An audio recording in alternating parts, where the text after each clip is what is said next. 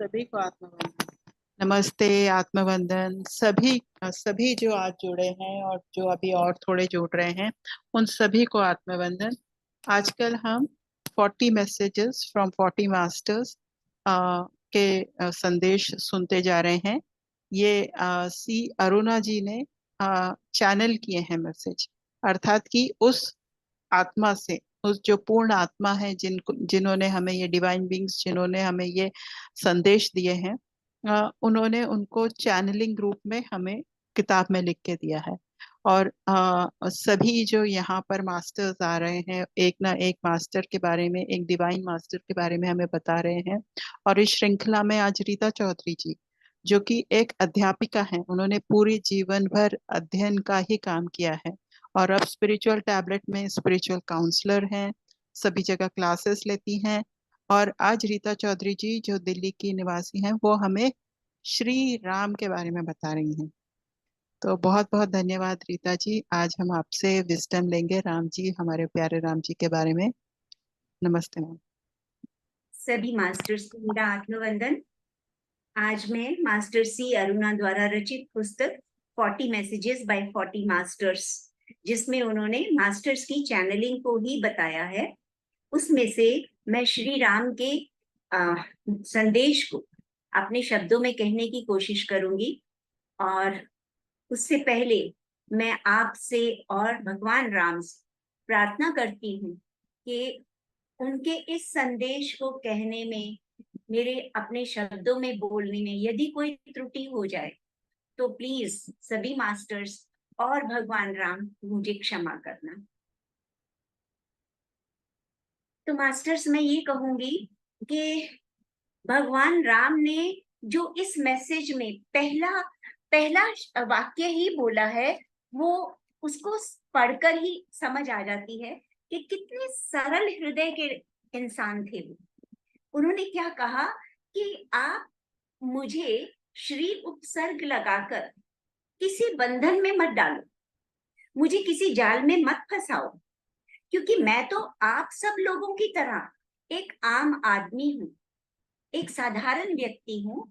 और एक आम आदमी की तरह ही मैं अपने माता पिता की अपेक्षाओं को पूरा करने के लिए और एक राज परिवार में रहते हुए एक राजकुमार की जो समाज के प्रति जो जिम्मेवारियां हैं, उनको पूरा करने के लिए एक आडंबर का जीवन जीता रहा हूँ। मतलब मैंने कभी अपने आप को वास्तविक रूप से प्रकट नहीं किया, मैं एक आडंबर धार के जीता रहा हूँ। और सीता एकमात्र ऐसा व्यक्ति है जिसके सामने मुझे कभी कोई आडंबर नहीं करना पड़ा। वो मुझे मेरे वास्तविक रूप में जानती है, वही एक व्यक्ति है जो मुझे मेरे वास्तविक स्वरूप से जानती है। इसीलिए मैं चाहता हूं कि आप लोग सीता को जाने, सीता के बारे में जाने, और ये श्री का उपसर्ग आप सीता के लिए इस्तेमाल करें, क्योंकि मैंने कभी अपने वास्तविक भावों को प्रकट नहीं किया, लेकिन सीता ने तो अपना पूरा जीवन समाज के द्वारा रचे हुए नियमों के अनुसार ही जिया है। उनका तो शायद पालन पोषण ही इस तरीके से हुआ है कि वो समाज की उम्मीदों पर हमेशा खरी उतरी। वो जीवन में सभी रिश्तों को खुश रख पाई और अपने जीवन उद्देश्य के, अपने लाइफ पर्पस के सभी लेसन्स को मुझसे बेहतर सीख पाई। श्री राम कहते हैं कि शुरू में तो कई कारणों की वजह से मुझे अपना रहन सहन पसंद नहीं आया, क्योंकि मैं तो अपने राजगुरुओं की तरह बनना चाहता था, और गुरु विश्वामित्र जो थे वो मेरे आदर्श गुरु थे। लेकिन गुरुओं के निरंतर प्रयास और उनकी शिक्षाओं के द्वारा मेरे ऊपर ऐसा प्रभाव डाला गया, तो मैंने ऊपरी स्तर पर अपने आप को एक राजकुमार के रूप में प्रस्तुत किया। मैं चाहता नहीं था, लेकिन मुझे शिक्षा ऐसी दी गई, या आप कह सकते कि मुझे एक तरह से मजबूर किया गया कि मुझे राजकुमार का जीवन ही जीना है। और ये जो बनावटी रोल मुझे निभाना पड़ा, उसमें सीता ने मेरी एक मनोवैज्ञानिक रूप से मदद करी। लेकिन मैं ऐसा था कि जब तक सीता मेरे साथ थी, मैं उसकी खूबियों को नहीं पहचान पाया। और जब सीता का रावण के द्वारा अपहरण हो गया और वो मेरे साथ नहीं थी, तब मैं समझने लगा कि सीता का मेरे जीवन में क्या क्या रोल था, क्या उसकी इम्पोर्टेंस थी। जब रावण ने सीता का अपहरण कर लिया, उसके बाद मुझे अपने लाइफ पर्पस, यानी मेरे जीवन के क्या उद्देश्य हैं, उनकी समझ आने लगी। और क्योंकि मैं ध्यानी था, इसलिए मैं ये भी समझ पाया कि मुझे जीवन में कौन कौन से सबक सीखने हैं, कौन कौन से लेसन्स मेरे लाइफ पर्पस के अकॉर्डिंग मुझे सीखने हैं। मैं उन सब के बारे में भी पहचान कर पाया। अब मैंने जब ये सब समझ लिया, तो मुझे लगा मुझे जनता के सामने एक राजकुमार का मुखौटा पहनने की आवश्यकता नहीं। मुझे अपनी निजी जिंदगी कैसे जीनी है, उसमें मुझे किसी दिखावे की जरूरत नहीं। तो मैं अपने आत्म स्वरूप में आ गया, यानी मैं वो राम बन गया जिसके बारे में आप लोग किताबों में पढ़ते हो। मैं एक ईमानदार, आज्ञाकारी और आदर्श पुत्र, पति और भाई बन गया।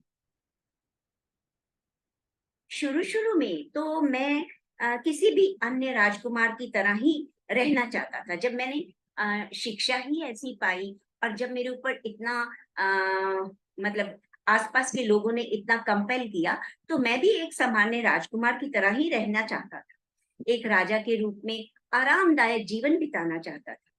लेकिन एक ध्यानी होने के नाते मैं जान चुका था कि मुझे अभी कौन कौन से पाठ सीखने हैं, और उनमें से आदर्श पति पत्नी के संबंधों को और नए दोस्तों से मिलने के सबक भी सीखने थे। तो इसलिए मैंने अपनी कैकेयी माँ के कहने पर 14 साल का वनवास एक्सेप्ट कर लिया, स्वीकार कर लिया। तो यहाँ मैं आप लोगों को ये बताना चाहता हूँ कि जिंदगी में होने वाली घटनाएं कुछ इस प्रकार से रची जाती हैं, इस प्रकार से डिजाइन की जाती हैं कि उनमें हमारी इच्छा नहीं चलती। एक समय था जब मैं साधु के रूप में रहना चाहता था, लेकिन मेरे आसपास के लोगों ने मुझे विश्वास दिलाया कि मैं एक राजकुमार के रूप में ही सही, मेरे लिए मेरे जीवन में एक राजकुमार के रूप में रहना ही सही है, वही मेरा मतलब एक सही लक्ष्य रहेगा। और जब मैंने अपने आप को राजकुमार के रूप में स्वीकार किया, मैं राजकुमार के रूप में जीने लगा और एक भावी राजा बनने के लिए सोचने लगा, तो क्या हुआ, मुझे जबरदस्ती जंगल भेज दिया गया। अब मैं तो वहां नहीं रहना चाहता था, मैं तो जंगल की जिंदगी नहीं जीना चाहता था, लेकिन जब मुझे मजबूरी हुई तो मैंने वो भी स्वीकार कर लिया। और वहां जाकर जब सीता का अपहरण हुआ, तो उसे ढूंढना मेरा मौलिक कर्तव्य था। मैं व्यक्तिगत रूप से उसकी तलाश करना चाहता था, क्योंकि मैं उससे बहुत प्यार करता था, मैं उससे बातें करना चाहता था, मैं उसको बताना चाहता था कि उसका मेरे जीवन में क्या महत्व है।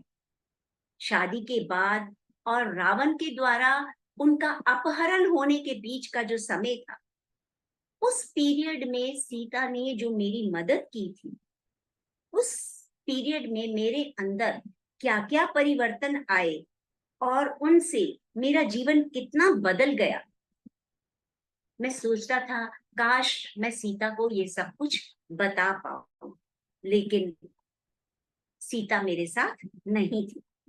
और मैं ये जो मेरे भाव थे, ये जो मेरी फीलिंग्स थी, उनको मैं सीता के अलावा सिर्फ हनुमान से शेयर कर सकता था, हनुमान से ही साझा कर सकता था। तो जब तक हनुमान नहीं थे, मैंने अपनी ये भावनाएं, ये जो दुख था, सीता के ना होने का, मेरे साथ ना होने का जो दुख था, वो मैंने पौधों से, पक्षियों से, पशुओं से और पहाड़ों से, चट्टानों से शेयर किया। और उन्होंने मेरे दुख को समझा और मेरे को उसके बारे में ढाढ़स बताया, मुझे बहुत दिलासा दिया। इसीलिए उसी दिलासे की वजह से मैं, जब तक मुझे हनुमान नहीं मिले तब तक मैं अपने आप को संभाल पाया। और जब हनुमान मुझे मिल गए तो मुझे बहुत जल्दी समझ आ गई, मुझे बहुत जल्दी विश्वास हो गया कि अब मेरा काम पूरा होने वाला है और मैं जल्द ही सीता से मिलूंगा।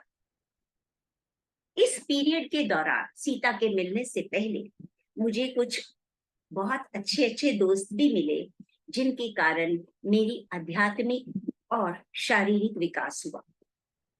इनमें से सुग्रीव और बाली दो लोग, आप लोग जरूर अचंभित होंगे। सुग्रीव जो था, उसके अंदर एक ही नकारात्मक जुनून था कि वो बाली की पत्नी को चाहता था। इसके अलावा वो आध्यात्मिक रूप से बहुत ही उन्नत आत्मा था, बहुत ही विकसित था।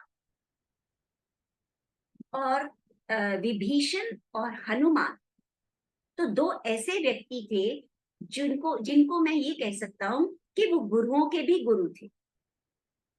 और यही दो व्यक्ति थे जिन्होंने मेरे अंदर के ज्ञान को सीखने में कोई अवसर नहीं छोड़ा।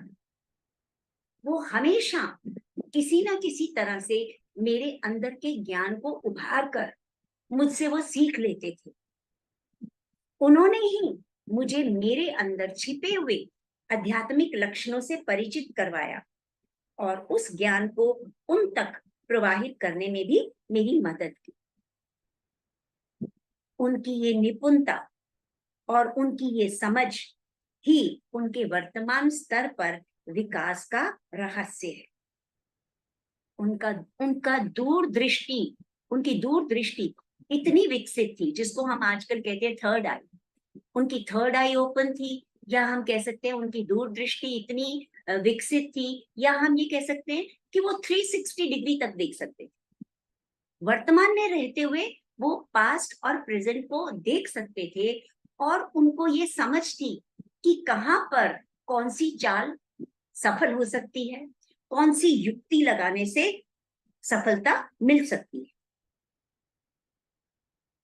और मतलब वो इतने समर्थ थे कि उनकी प्रेजेंस और उनका साथ मेरे लिए हमेशा ही लाभकारी रहा। अब मैं मेरे जीवन से, मैं जो राम हूं, राम के स्तर पर आप लोगों को कुछ संदेश देना चाहता हूं। उनमें से पहला ये है कि मैं ये कहूंगा कि जिंदगी में सब कुछ सीखना चाहिए। कभी भी कोई भी अपॉर्चुनिटी मिले तो उसको छोड़ना नहीं चाहिए। और दूसरा, यदि आप किसी से नफरत करते हैं तो उसे बताएं, उसे दबी हुई आवाज में नहीं, खुले मन से कहें, उसकी घोषणा करें।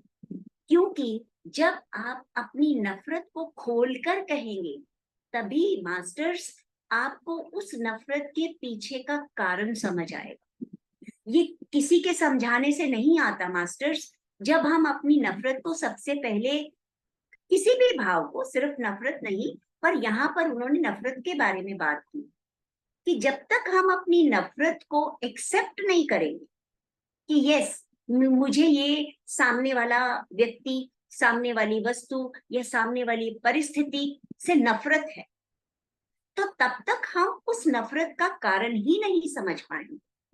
और जब हम ऐसा करेंगे, ऐसी घोषणा करेंगे, तो उस नफरत का कारण भी हमें अवश्य समझ आ जाएगा। और फिर ऐसी स्थिति आ जाएगी कि हम उसी वस्तु, उसी व्यक्ति, उसी घटना के प्रति पूरे प्रेम से उसको एक्सेप्ट करेंगे। हम उस व्यक्ति के साथ या उस सिचुएशन के साथ पूरे प्रेम और समर्पण भाव से जी सकेंगे। इसके लिए बड़े कॉमन सी एग्जाम्पल्स हैं। मैं ऐसे ही एक एग्जाम्पल शेयर करती हूँ कि जैसे हम इंडियन सोसाइटी में तो ये चीज बहुत देखते हैं क्योंकि हमारे यहाँ पे कुछ जॉइंट फैमिली की ट्रेडिशंस भी हैं, या जॉइंट फैमिली नहीं भी होने से पेरेंट्स के साथ रिश्ते निभाने की ट्रेडिशंस हैं। तो नॉर्मली क्या होता है, कभी कभी मदर इन लॉ और डॉटर इन लॉ के बीच में अनबन रहती है। तो उस अनबन का के कारण जो भी सफरर है, मदर इन लॉ सफरर है या डॉटर इन लॉ सफरर है, तो उसके मन में एक हेट्रेड की भावना आ जाती है, और ये हेट्रेड इतनी बढ़ती जाती है कि जो भी सफरर है वो उस स्थिति को दबाए तो रखता है और मजबूरी में रिश्ते निभाता है।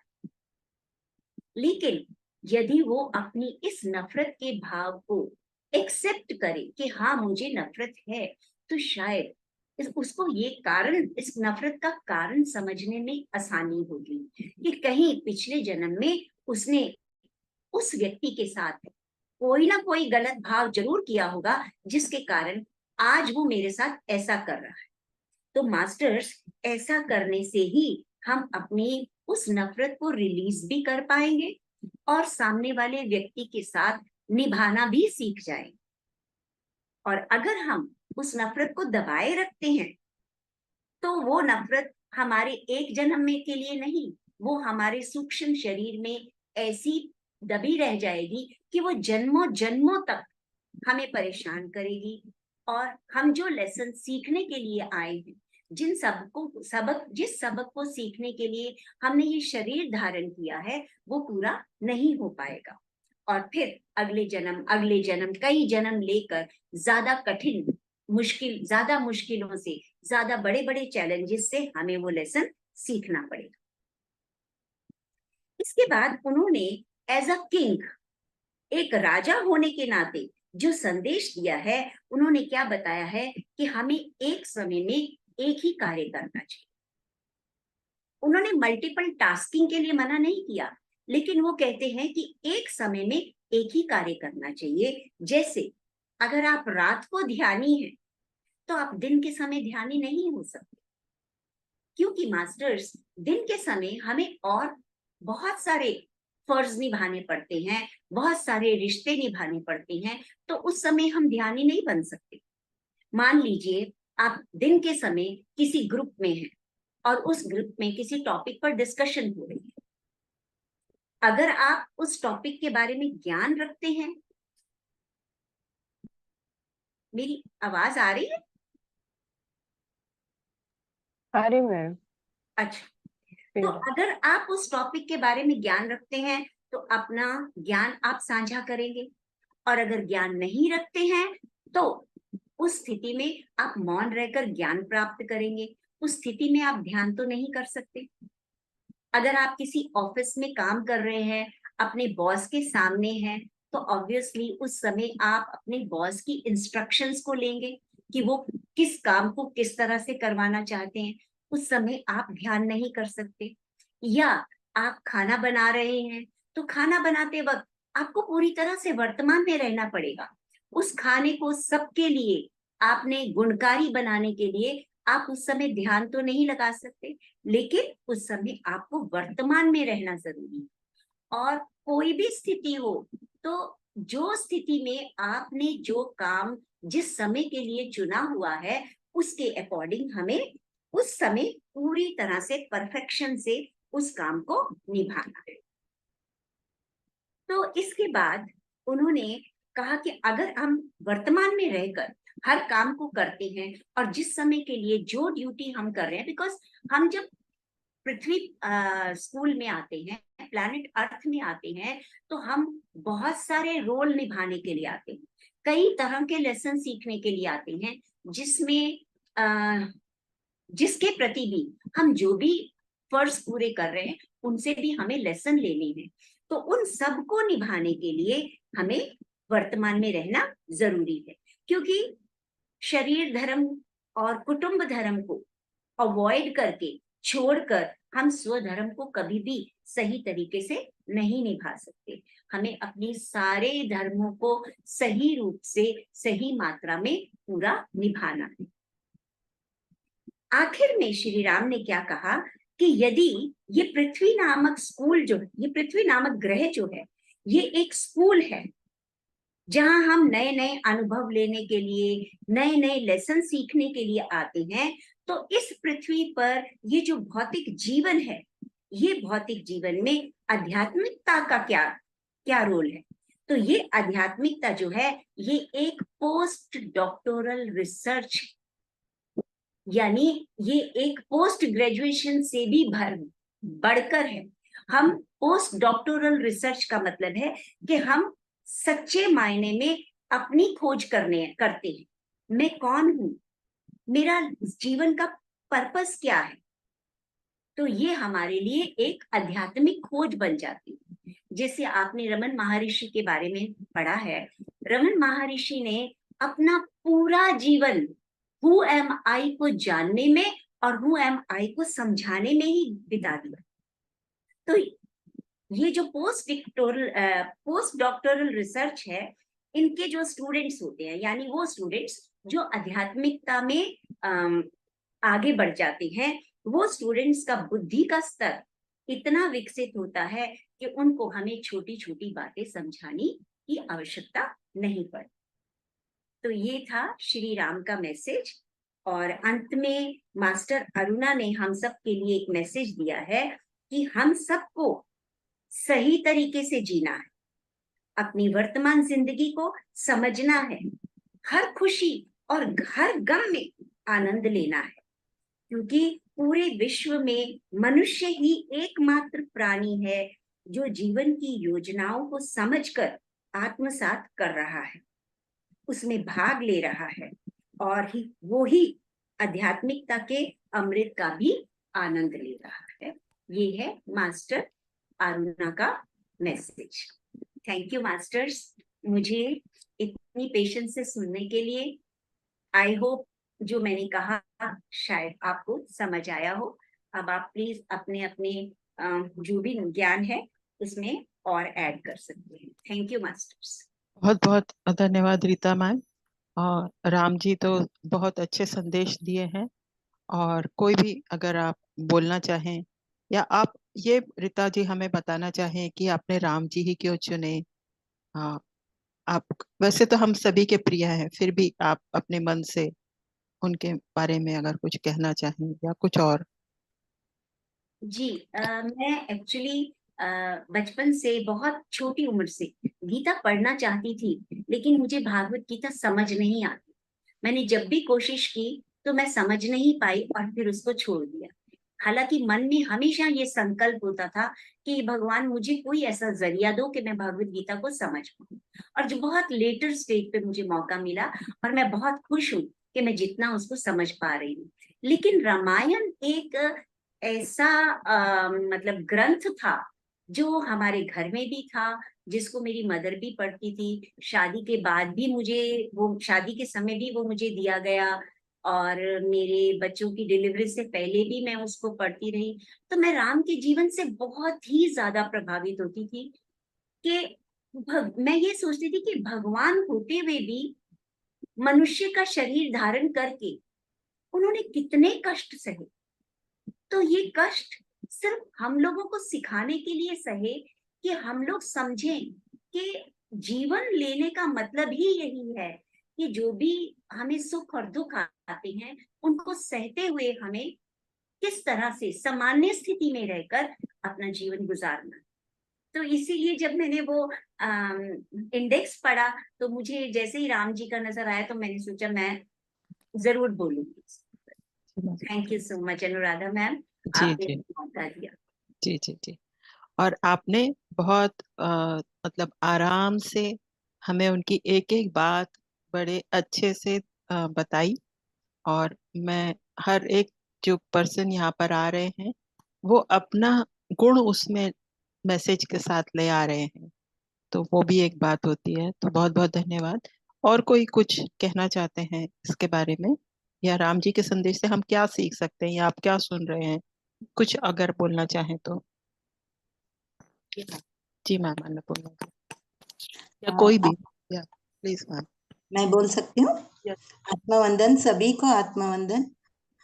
सुनने में बहुत मतलब रीता जी का जो समझाने का वो है, जैसे हम छोटे छोटे स्टूडेंट से वो समझा रही है, इतने अच्छे से उन्होंने एक एक पॉइंट, आपने जैसे बोला, बहुत सरलता से उन्होंने सामने रखी हर एक पॉइंट। और आज पता चला, राम जी खुद भी समझ में रहे थे कि उनका जीवन आडंबर से था। मतलब उनका दो रूप होता था, सामाजिक लेवल पे अलग और पर्सनल लेवल पे अलग। ये नहीं प्रकट नहीं हुआ है। मैंने तो रामायण वैसे पढ़ी नहीं है, सुनी है, राम कथा सुनी है, या फिर स्कूल्स में लेसन्स होते थे वो करके, पूरी कहानी पता है लेकिन ऐसे नहीं। लेकिन इस पे अलग ही लेवल की वो प्रेजेंटेशन थी। राम जी ने बोला कि अम, मुझे श्रीमत लगाओ, सीता को लगाओ।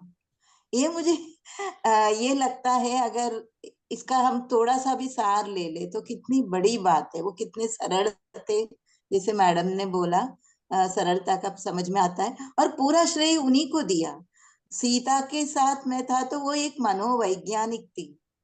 एक्चुअली रामायण पढ़ने में शायद वो, पता नहीं लोग समझ पाते हैं कि नहीं समझ पाते, लेकिन इस ये छोटे छोटे छोटे क्लिपिंग्स में, छोटे छोटे कहानियों में हमें सार समझ में आ जाता है। और पति पत्नी कैसे रहना चाहिए ये भी समझ में आता है। दोनों एक दूसरे का वो प्रतिबिंब है, पूरक है ऐसे। लेकिन राम जी ये शब्द कह रहे तो ये बहुत ही मतलब महत्वपूर्ण लगता है कि कैसे। और उन्होंने बोला मुझे मित्र मिले, मैंने उनसे सीखा। हम सोचते हैं ना, राम जी ने सब कुछ सीख के आए हैं सब कुछ, लेकिन उन्होंने सुग्रीव का भी नाम लिया, वाली का भी लिया, हनुमान जी का वर्णन किया, और बोले मुझे बहुत कुछ शेयर करना था सीता से लेकिन नहीं कर पाया। कितनी सत्यता ऐसे तो ज्यादातर आदमी लोग बोलते हैं ना, बोलते कम है, और ये नहीं सोचते कि हाँ वाइफ के साथ हम शेयर कर पाए या नहीं कर पाए। ऐसा रहता है, वाइफ लोग तो बड़बड़ करते देखा जाए तो ज्यादातर, लेकिन आदमी लोग नहीं करते। लेकिन यहाँ पर इन्होंने व्याकुलता ये की कि मेरे को करना था लेकिन वो फिर नहीं मिली इतने दिन उनके साथ। और एक मुझे बहुत अच्छा लगा एको वाला, इको सिस्टम, या जो बोलते प्लांट्स के साथ उन्होंने बात की। मैंने रामायण की फिल्म देखी थी कन्नड़ में, बहुत बचपन में। सीता जी जब गुम हो जाती है, इतना अच्छा गाना है वो, एक एक पेड़ से, पौधे से, फूलों से, पहाड़ से जाके अपना विरह गीत गाते, और बताओ कहाँ गई बताओ। तो यही यहाँ दर्शाता है कि उसमें भी जीव है, वो भी साथ दे सकते हैं हमें, हम अगर उनके साथ कनेक्ट हो जाए। ये कुछ बातें मुझे बहुत अच्छे, वैसे तो सारे बातें सब भी हमें उच्च उठाते हैं अपनी चेतना को, लेकिन ये कुछ बातें बहुत अच्छी लगी। धन्यवाद रीता मैम को, जी सभी को जी जी मैम, धन्यवाद। अन्नपूर्णा जी, रीता मैम, बहुत अच्छे से आपने बताया। और कोई कुछ जोड़ना चाहेंगे? अ, या हम शिरीषा मैम या मधुलिन मैम, आप कुछ इसमें ऐड करना चाहेंगे या कुछ कहना चाहेंगे? मास्टर साहब आप अपने अपने व्यूज दीजिए। आपको भी श्री राम तो ऐसे भगवान है कि जिसको बच्चा बच्चा जानता है। हाँ मैम, आपने बहुत अच्छे से हमको समझाया, पूरा दिल तक पहुंचा, इतने अच्छे से हमको पूरा उनका एक एक मैसेज जैसे दिया है। बहुत बहुत अच्छे से धीरे से आपने समझा दिया, मुझे बहुत अच्छा लगा। मुझे तो इतना मैं बोलूंगी, मुझे जो उनके ये लाइफ स्टोरी से इतना लगता है कि वो भगवान होके इतना कष्ट सह के, इतना दुख मिला उनको जिंदगी में। उन्होंने अपना 14 साल वनवास बिताया, उनकी पत्नी का अपहरण हो गया, उनको इतना युद्ध करना पड़ा, उनको कुछ भी जो उनको मिलना चाहिए, ऐसे ही राजा की तरह उनको सभी मिलना चाहिए, उनको नहीं मिला। भगवान होके उन्होंने अपने सभी चीजों के लिए इतना संघर्ष किया। तो हम जब इंसान होके, जब भी हमें छोटा सा भी समस्या होता है, हम डर जाते हैं, क्या करें अभी, कैसे करें, हमारे साथ ही ऐसा क्यों हो रहा है। तो हमें उनसे यही प्रेरणा लेनी चाहिए। वो अगर भगवान होके इतना संघर्ष करके उन्होंने हमको अपना एक उदाहरण प्रस्तुत किया है कि हमें वो सभी चीजें उनसे लेना चाहिए और हमें विचलित नहीं होना चाहिए। अपने जिंदगी में कोई भी समस्या आए, उसे हमें ध्यान से, धीरज के साथ उसको सामना करना चाहिए। बस उनसे वही सीखना है मैम। और आपने बहुत अच्छे से समझाया। बस मुझे इतना ही कहना था। धन्यवाद। थैंक धन्यवाद you. Madhulin ji, thank you. धन्यवाद रीता जी। तो सभी, अगर कोई कुछ नहीं कहना चाहता है तो हम रीता मैम को धन्यवाद देंगे। अच्छा शिरीषा मैम, धन्यवाद यस मैम। मैम, या अच्छा, बहुत अच्छा बोलिए मैम। बचपन से हम रामायण और सब उसमें सब कैरेक्टर्स बहुत अच्छा है। हम वो सीखने के लिए बहुत मिलता है रामायण से। Thank you ma'am. Thank you.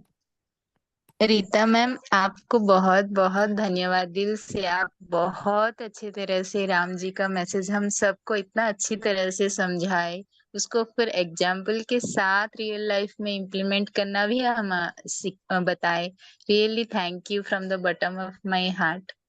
और मुझे इस राम जी के मैसेज से और राम जी के जीवन से मैं एक तो सीखती हूँ कि राम जी की जितना भी कैरेक्टर है उससे मुझे एक सीख मिलता है कि हर कोई, हम साधारण व्यक्ति जो उपकार करता है हम उसको प्रति उपकार करते हैं। वो तो सही बात सब जानते हैं, लेकिन राम एक व्यक्ति है। वो राम की कथा में, चरित्र में ये दिखा है कि जो आपको प्रति उपकार आपका अपकार करता है उसका भी आप प्रति उपकार करो। वो राम कैरेक्टर दिखाता है, वो राम का चरित्र दिखाता है, चित्र दिखाता है वो राम का। तो मुझे वो राम जी में वो सबसे अच्छा लगता है और मैं उसको हमेशा याद रखती हूँ अपनी लाइफ में। क्योंकि राम जी के साथ जो भी जितना भी किए हैं, जितना भी कुछ उनके पिताजी से, कौशल्या कैकेयी से कभी किसी से उनका मनमुटाव नहीं हुआ है। वो हमेशा सबको माफ किए हैं और उनका प्रति उपकार ही किए हैं। तो वो राम का चरित्र जो है, चित्र जो है, हमें दिखाता है। मुझे पर्सनली ये फील होता है मैम राम जी की कथा से। और धन्यवाद मैम आपको। यस पद्मा मैम, आपने बहुत अच्छा ऐड किया कि जैसे कई ने तो कोई कसर नहीं छोड़ी थी। वो चाहे वो डेस्टिनी में लिखा हुआ था, लेकिन उन्होंने कोई कसर नहीं छोड़ी थी उनको दुख देने में। लेकिन फिर भी राम, वो जंगल में आए तो भी राम सबसे पहले उनसे मिले, और जब वो अयोध्या वापस आए तो भी राम सबसे पहले उनसे मिले, ताकि उनके मन में कोई भी ऐसा भाव ना रहे कि मैं उनसे नाराज हूं। ये बहुत बड़ा गुण है एक इंसान में। हाँ हाँ। भगवान थे, तो हम मुझे राम इंसान जी थे। का वो कैरेक्टर, ये मतलब हमें हाँ, अपनाना भगवान, चाहिए। हाँ, मुझे रामायण में ये अच्छा लगता है, वही पॉइंट को बहुत अच्छा लगता है राम जी का, इसीलिए सबको शेयर की। धन्यवाद मैम। बहुत बहुत धन्यवाद मैम। सभी का धन्यवाद जुड़ने के लिए। और गुड इवनिंग, सबका शुभ रात्रि। और सभी को धन्यवाद। रीता मैम को खासकर धन्यवाद, आज का उन्होंने प्रिपेयर किया और आपको हमारे सबको सामने धन्यवाद जिन्होंने इतनी शांति से मुझे सुना और मुझे ये मौका दिया। Thank you so much. Thank you. Thank you ma'am. नमस्ते। नमस्ते। Thank you ma'am. Thank you.